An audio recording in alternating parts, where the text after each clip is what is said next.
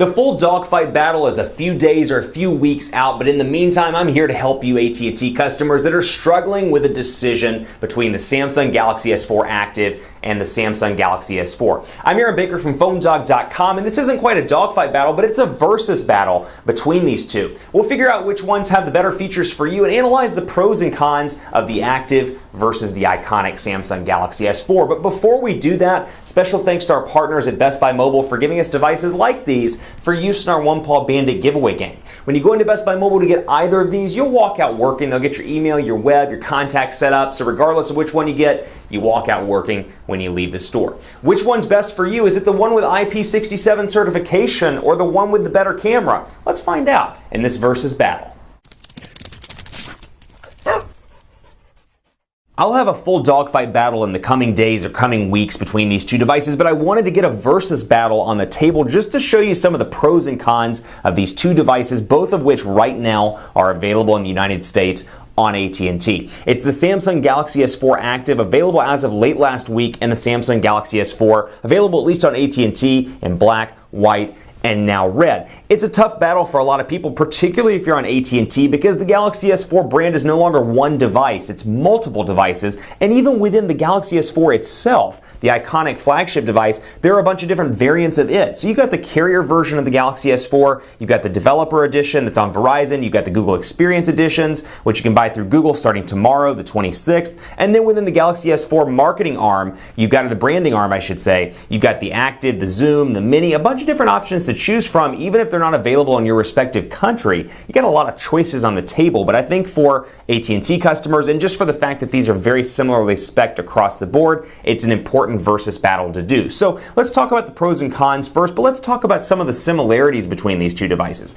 These are probably the two closest devices when it comes to the Galaxy S4 family of units. They both have a 1.9 gigahertz quad-core Snapdragon 600 CPU. They're both packing 2 gigabytes of RAM. They both have a 2,600 milliamp hour battery. They both have 4G LTE connectivity on AT&T. Where it differs, a couple of minor places on the display front. 5-inch 1080p HD display over here. It is not a Super AMOLED display. This one is a 5-inch 1080p HD display, but it's a Super AMOLED one, and you can see the color differences just looking right here at the camera. You'll notice that the non-AMOLED display, a little bit clearer to me in terms of look and feel, a little bit more authentic in terms of color. This is very rich and looks fantastic, but you can take a look here even at this and see, let me see if I can get these weather widgets lined up where they look the same here. Cloudy and cloudy, or partly sunny over here, apparently. Getting two different weather reports, but you can see the cloud differences here, a little bit more of a yellowish tint on the Galaxy S4 Super AMOLED display than you get over here on the Galaxy S4 Active. It's personal preference for me. From a display standpoint, I prefer the look and feel of the Galaxy S4 Active. I think the colors are a little bit more authentic, and these look beautiful, but in a lot of different places here included, you see kind of a yellowish tint. You see this also when you're in the menu, and I'll go here so you can take a look. Take a look as I scroll down, and you can see, hopefully on camera at least, input and control. As I scroll, you can see that that color kind of changes as you scroll up and down on the Galaxy S4 thanks to the Super AMOLED display. So that's a difference, but one of the biggest differences in a pro to the Galaxy S4 leads us right in talking about this, the camera. You've got an 8 megapixel camera on the Galaxy S4 Active, a 13 megapixel camera on the Galaxy S4, and we'll take a look here and see some of the differences. Now you may be thinking, yeah, I can get away with the 8 megapixel camera on the Galaxy S4 Active. I don't really need 13 megapixels. Well, that may be true, but you do miss out on some features, including dual shot. Now, this is a popular feature. I myself enjoy it. I used it on vacation.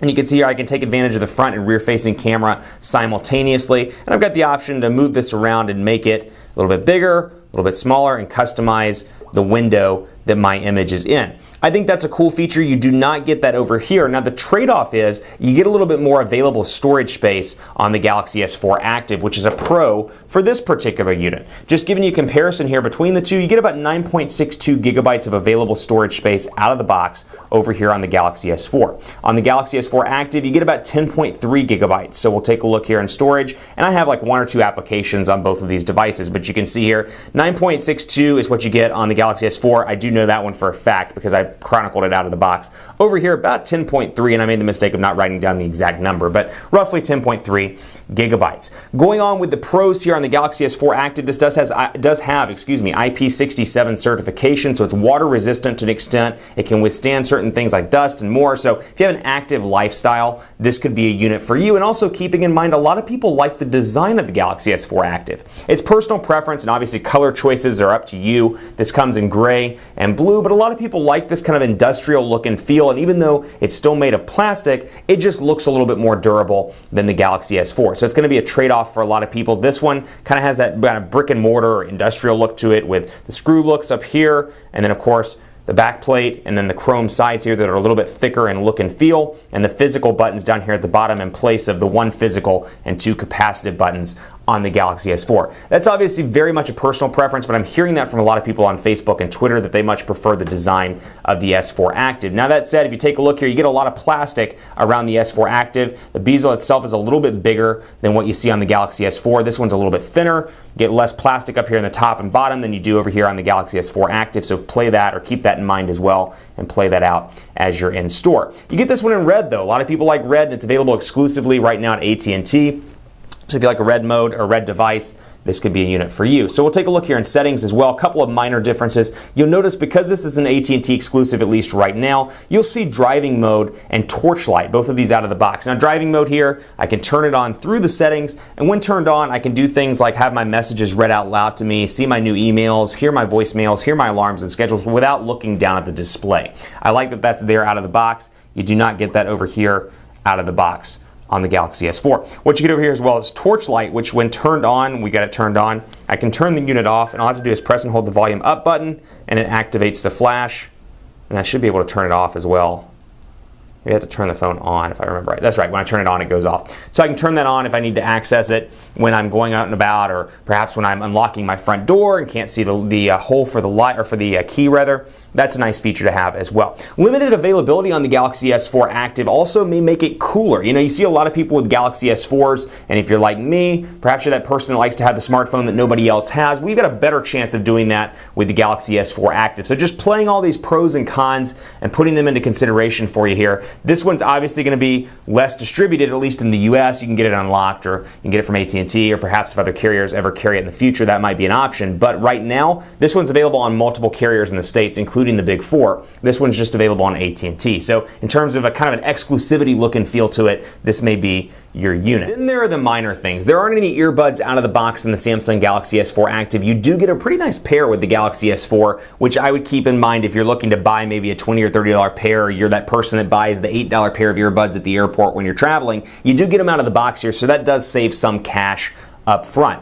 Also want to point out Android here. Now these are both running Android 4.2.2 Jelly Bean with TouchWiz, so overall look and feel is almost identical on both of these devices. They look and feel very similar across the board, but the thing I want to point out is this: Android updates. This is the Samsung Galaxy S4. Obviously this is the iconic, the flagship device all across the board. This is available on the most number of carriers. This is available, most number of people have this device right now. It's not exclusive by any stretch of the imagination. It's the global device. It's the global flagship, if you will. So when Key Lime Pie comes out and future versions of Android, this is not an exact science by any stretch of the imagination, but my guess is this is going to get it first because the most number of customers are affected by Android whatever, 5 or Android 4.3, whatever the case may be. This is most likely going to get it first. So if you're a sucker for Android updates, you really like that latest version of Android running on your device, and you don't want to hack, root, or mod, you probably stand a better chance of getting it first with the Galaxy S4 than you do with the Galaxy S4 Active. This is a little bit of a niche device. Keeping in mind though that it is a niche device, it might be a good device to trial Android 4.3 on. So they may take an alternate marketing route with that. You never know. But that said, my guess is because of the number of people that are using the Galaxy S4 worldwide, this is probably going to get the Android 4.3 or the Android 5 love before anything else. Keep it locked on PhoneDog.com for the dogfight and more between the Samsung Galaxy S4 Active and the Samsung Galaxy S4. I'm on Twitter at PhoneDog_Aaron. I'm on Facebook at Facebook.com/HiAaronBaker. And I'd love to hear from you as to which one you're going to go with. Maybe you love the design of the S4 Active and that IP67 certification. It just looks good to you. Maybe you like the S4 because of the camera features and because of the fact that it's probably going to get Android 4.3 or 5 before the Galaxy S4 Active. Let me know on Twitter at PhoneDog_Aaron. Thanks for watching. More to come on both of these devices, but I hope I helped make your decision a little bit easier. Thanks for watching. I'll see you next time.